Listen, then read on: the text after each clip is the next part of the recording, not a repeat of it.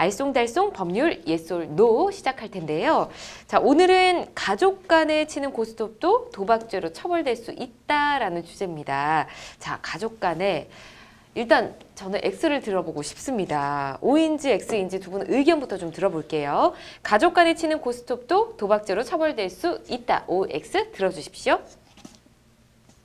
네, 두 분이 각각 다른 의견 들어주셨네요. 최종인 변호사님, 일단 김서은 변호사님 X 들어주셨고요. 최종인 변호사님은 O를 들어주셨습니다. 자, 먼저 도박에 해당하지 않는다. X를 선택한 김 변호사님 의견부터 좀 들어볼까요? 네, 일단은 뭐 형법 246조에 의하면 도박을 한 사람은 1,000만 원 이하의 벌금에 처한다. 다만 일시오락의 정도에 불과한 경우에는 예외로 한다고 규정을 하고 있습니다. 일시오락. 예, 그래서 가족 간에 치는 뭐 고스톱도 뭐 엄밀히 말하면 도박에 해당하는데 다만 뭐 일시적 오락, 명절에 이렇게 일시적 오락 정도로 치는 거는 사실 도박죄가 성립하지 않는다고 봐야죠. 네네. 그렇죠. 네네네. 저도 비슷한 생각에 지금 X를 들었습니다. 자, 그렇다면 O를 선택한 최 변호사님 의견도 들어봐야겠죠?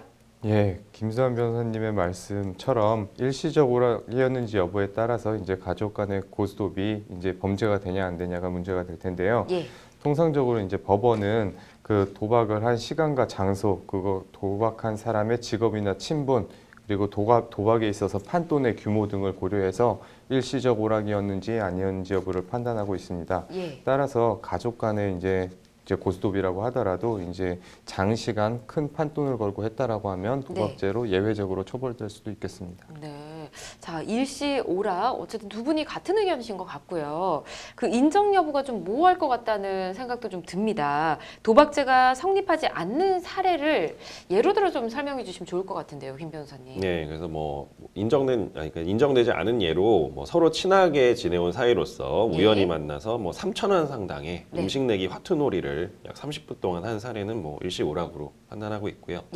뭐 각자 1,000원 내지 7,000원 정도 판돈으로 내고 이런 점 100이라고 하죠. 보통 1점에 100원짜리 고스톱을 친 사례도 도박죄로 인정되지 않은 사례가 있습니다. 아, 이 정도 수준은 뭐 도박죄로 인정되지 않는다. 그렇죠. 예시를 들어보니까 조금 더 이해가 되긴 하는데 도박죄로 인정된 판례도 좀 살펴보도록 할까요, 최 변호사님?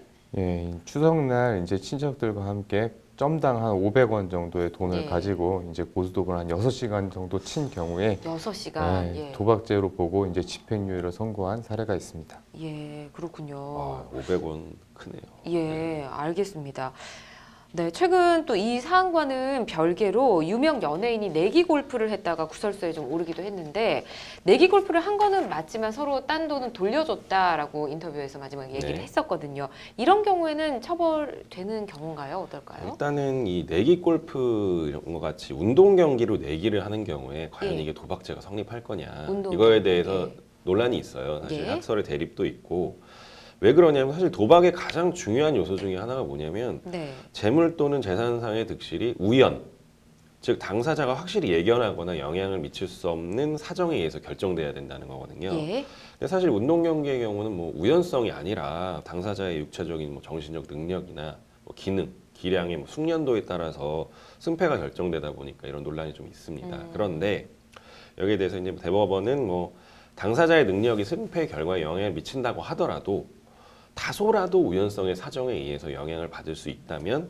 도박이 성립할 수 있다는 전제하에 자 이제 각자 핸디캡을 정하고 홀마다 또는 뭐 나인홀마다 9홀마다 별도의 돈을 걸고 총 26 내지 32회에 걸쳐서 내기 골프를 한 행위가 도박죄가 성립된다고 봤습니다. 예, 그래서 이제 뭐 그냥 뭐 상금을 걸고 뭐 누가 잘하는 사람이 가져간다 이런 건 당연히 도박이 아니겠죠. 본인의 운동 실력에 따라 좌우되는 거지만. 하지만 이런 어떤 내기 골프의 경우에는 뭐 핸디캡 정해놓고 2홀에서는 누가 딸 수도 있고 이렇게 되잖아요. 그러니까 우연적인 사정이 다소 겹치기 때문에 이 경우에는 도박죄가 성립할 수 있다고 봤습니다. 그리고 뭐 내기로 한 돈을 다 돌려줬다 하더라도 도박죄 성립에는 일단 영향은 없습니다. 아, 그렇군요. 알겠습니다. 자, 원정 도박하는 분들도 있습니다. 이런 기사들도 많이 접하곤 하는데요. 이런 경우에 좀 가중처벌이 되지는 않을까 궁금해집니다. 자, 도박을 하러 해외로까지 가시는 분들 어떻게 되는 걸까요?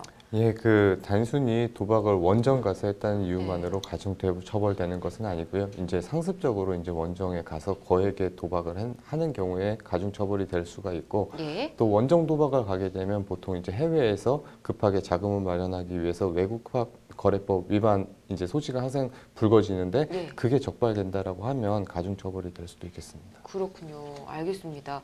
우선은 뭐 가족끼리 재미로 즐기는 고스톱 정도야 뭐 도박죄에 해당하지는 않겠지만 판돈이 좀 크거나 시간이 길어지게 되면 도박죄가 성립이 되는 것 같습니다.